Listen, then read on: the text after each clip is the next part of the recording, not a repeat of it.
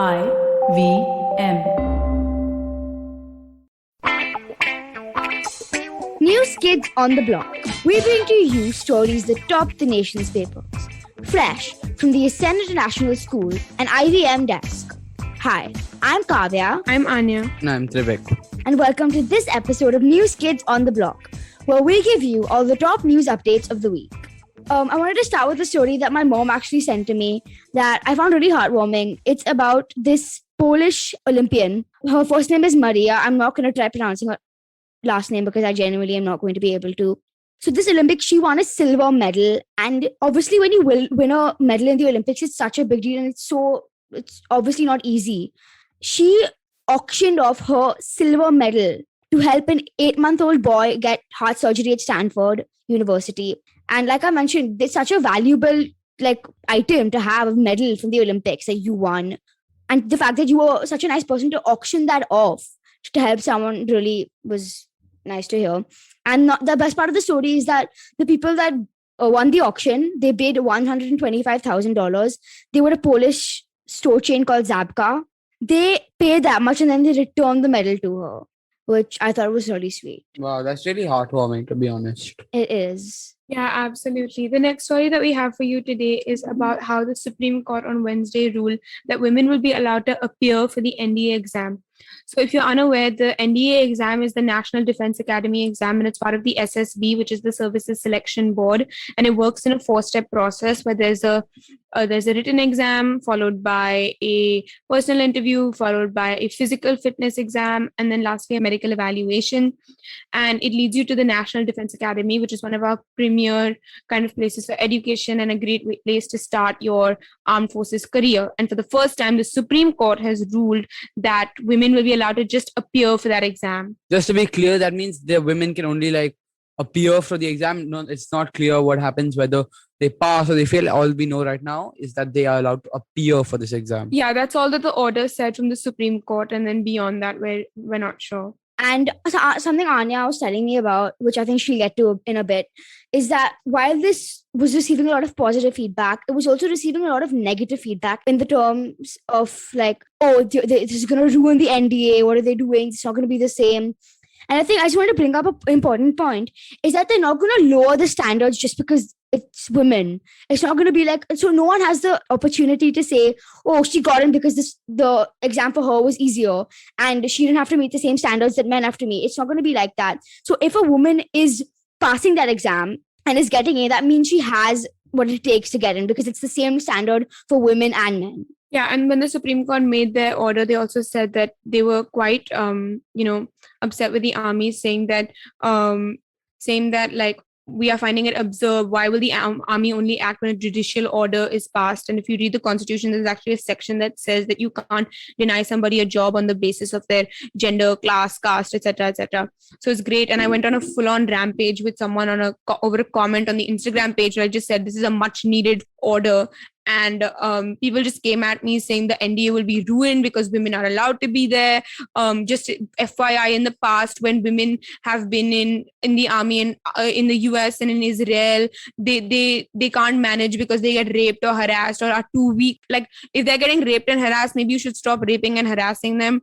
And if they're too weak, then maybe they, like Kavya rightly said, they're following the same standards as you. Why are you not forgetting of the hundreds of men who don't make it through that SSB process and don't make it to NDA and don't make it to the field and don't make it to our borders? So maybe think of that too. And I was quite taken aback by just the absurdity of the comments that I was receiving in terms of these are the people who are applying for our defenses. These are the people who are taking up the seats in these academies. These are the people who are serving us and potentially becoming an integral part of our government. Is that really the mindset that we want in India? So I was quite taken aback by the response. And I really hope that the Supreme Court keeps up their great work when it comes to such rulings, especially in the armed forces, because lately they seem to be the only branch of our government that has things together. 100%. Why don't we take a short break and we'll be right back. Have you ever wondered where the business world is headed? How the ways in which we create, market, and sell to consumers will evolve? Or if we'll ever go back to wearing pants while working? For answers to all of this and more, tune into Advertising is Dead with me, Varun Dugirala. Every Tuesday, as I talk to entrepreneurs, leaders, and change makers from across business, media, marketing, and beyond. You can catch all episodes of Advertising is Dead on the IBM Podcast website, app, or wherever you get your podcast from. Welcome back to News Kids on the Block. I'm your co-host Vivek Hariharan, and our next story is about one of my all-time favorite shows, one of the people's all-time favorite shows. It is the Brooklyn Nine-Nine season 8 has just dropped. This is also the last ever season of the show. It has seen 7 seasons in the past, all of which have been equally entertaining. And I'm sure that fans of this show will be sad to see it end, but are eagerly awaiting the next few episodes of this season. And only the first 2 episodes out right now, but it is Wednesday. So by the time you guys are saying this, you will have seen the 3rd and 4th episode probably. And I hope it's good. And Vivek, what did you think of the first 2 episodes? I didn't really like the first episode. I think that there were too many stories going on at the same time. Simultaneously, there was too much. However, I liked the second episode a lot more, and I liked what I don't know how to say what about it I liked without spoiling it, but it was much more fun and entertaining. It's great to hear. Anya, why don't you take us to the next story? Yep. The next story that we have today is India versus England in the Test series. India scripted history by winning against England. And this was a really important match for a couple of reasons. Firstly, India recently came off the loss from the World Test Championship. It was really heartbreaking. And the test before this, as part of the India-England series, was kind of but like cancelled / drawn / abandoned because of the rain. Because firstly, England were in a brilliant position throughout the entire match. India's middle order did okay, and KL Rahul played a fantastic innings, which Kavya will talk about in a second. In the second innings, however, on the last day, there were about 68 overs at the end, and not through the day, like just towards the end, the last 2 sessions.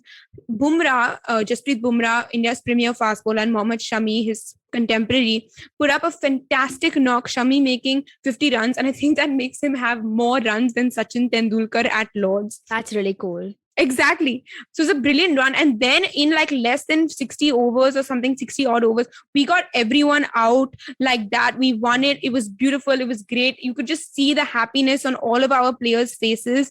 And it was amazing to watch. And of course, the most important, the cherry on the top is that this is Lords, the home of cricket. And, India conquered it. First, we conquered the Fortress Gabba, and now this. So I thought it was beautiful to watch. And it was definitely a match worth watching. And it wasn't as certain because India's middle order completely collapsed.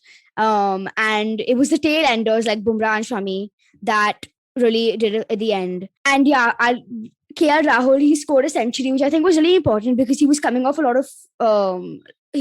not so great series and he wasn't in his form.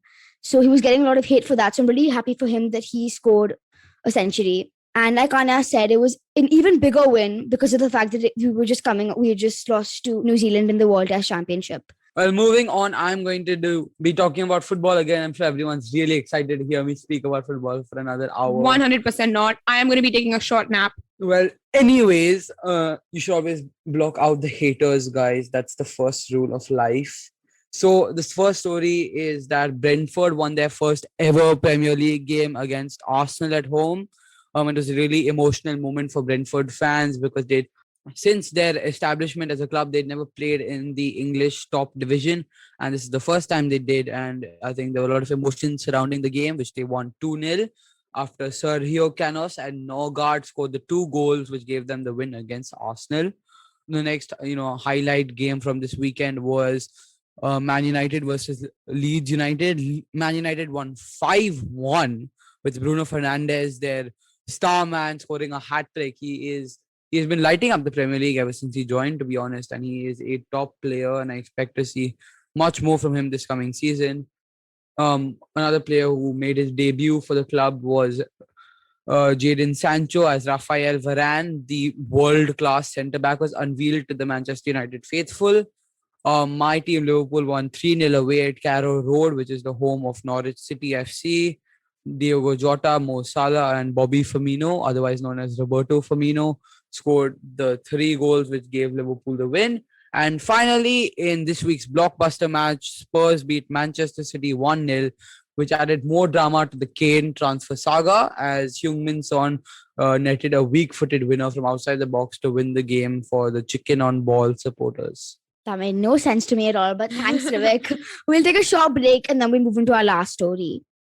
Hey, it's been another great week on the IVM Podcast Network. On a show about crypto, Rohan Joshi talks to blockchain lawyer Varun Sethi, who busts myths about the illegality of crypto in India. On our new show, The Longest Constitution, hosted by Priya Mirza, we look at what it actually has to say about things we come across in our daily lives. In our first episode, we touch upon adultery laws and why they treat men and women differently. Bollywood's ace producer Madhu Mantana opens up to Sid about Indian cinema's biggest project Ramayan on Candid Kanan. On Agla Station Adulthood, Siddharth Sangai talked about the state of organic farming in India. And on Getting Meta, a chat with Pallavi from HRX on fitness and battling depression. Do follow us on social media. We're IVM Podcast on Twitter, Facebook, Instagram, and LinkedIn. And remember, if you're enjoying this show or any other show for that matter, please do tell a friend. That's really helpful for us. And finally, we'd like to thank the sponsors on the network this week, Ciat Cred, Bank of Baroda, Intuit India, and CoinSwitch KuBear. We really do appreciate the support. Welcome back. You're listening to News Kids on the Block. Well, our next story for you is actually quite a somber one. I'm sure that you might have come across some of the events that are happening in Afghanistan. And if you haven't, we want to break that down for you a little bit. So we'll start by talking about what exactly is happening right now. Kavya, do you want to? Well, if you haven't heard, the US, they had troops in Afghanistan that were preventing the Taliban from taking control. And recently they pulled those troops out of Afghanistan. So now the Taliban is kind of in most places in the country, they've taken control again. And I think this has a lot bigger effect than you might think, because while it's obviously a lot of their rights are taken away and they're constricted to a lot of they're not allowed to do a lot of things. And this is largely because the Taliban are I would say an extremist group of Sharia law, which is kind of what causes these restrictions. Yeah, and I think the biggest part about this is that the people who are living there, they're living in such uncertainty and they're living in such desperation, which I think Trivik will talk about a bit more. Yeah, I think something which highlights this desperation, this desperate situation that they're living in currently over there in Afghanistan is there was some footage released where I'll give you some backstory. First, the US was sending in rescue planes to help take people out of the country, to help move them to more secure, safer locations. And there were these videos trending on social media of these planes leaving the country. And there were people there was basically like a stampede on the takeoff track, the track for the planes where they take off, the thingy, I don't know what it's called.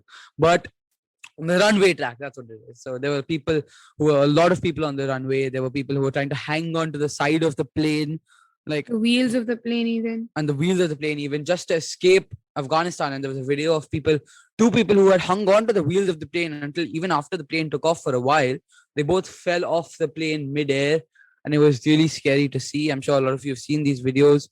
And it just shows that people are willing to hang on to the wheels of a freaking plane just to escape the current situation in Afghanistan. And I think it's really terrible what's going on there. And I can only imagine how bad it is if people are willing to risk their lives in order to get out of that situation. Kavya, those boys were 16 and 17 years old in that video, and there are only like a few, that we've seen.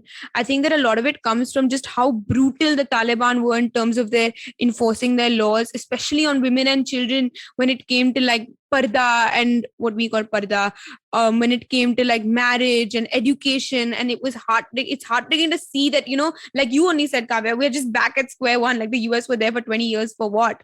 Well, the US were not exactly obliged to be there though. Yeah, I wanted to bring up a point. The US spent trillions of dollars. Like Anna said, they spent 20 plus years in that place. And so many people lost their lives for what? To go back to the same place that they were in when they started. And Tilvik, like you brought up right now, at the end of the day, the US was not obliged to do that. But I think in a way they were, because, the people of Afghanistan have put in so much trust and faith into the US Army and the US troops that were there, saying that, okay, as long as they're here, I'm safe.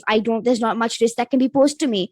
But now that they're gone, what happens? Yeah, I agree, Kavya. And even if you think about it, it's like back to square one. Not only in terms of that, it's also back to square one because like you'll see these amazing visuals on social media, I'm sure, of like an eagle kind of carrying people and an eagle dropping people just to represent how things change. Or like, earlier planes being crashed into the Twin Towers to represent 9/11, and then now planes being crashed into towers of people who are trying to flee. And the whole thing is that whole region is just so conflicted. There's just always so much going on over there that when something like this happens, you can't do anything but like just hope, I guess. And this is very, very similar to even like a couple like way back when the Mujahideen and the Soviets left, and like they were back in that same situation. So I mean, I think like our thoughts are all with Afghanistan, and we really hope that something happens out of that, and there are UN discussions and everyone's trying to kind of come to terms. And the Taliban has said that they'll let women get an education and everything under Sharia law, but what that exactly means and what their definition of it versus someone else's, that might be a point of vary. Yeah. And on that note, we shall end today's episode. We hope you enjoyed this episode of News Kids on the Block.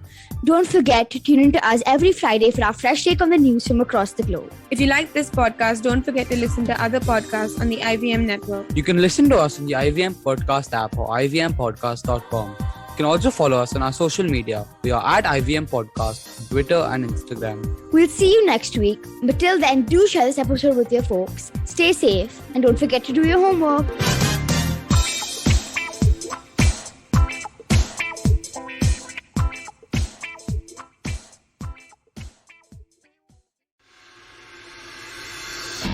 If you're a cricket fan, check out Edges and Sledges, India's favorite cricket podcast. The podcast focuses on Indian cricket, the IPL, and has a ton of banter both on and off the field. We talk about the week's biggest cricket stories with current and ex-international cricketers, coaches, or sometimes just between us. And it's hosted by me, DJ. Me, Varun. And me, Ashwin. New episodes release every week.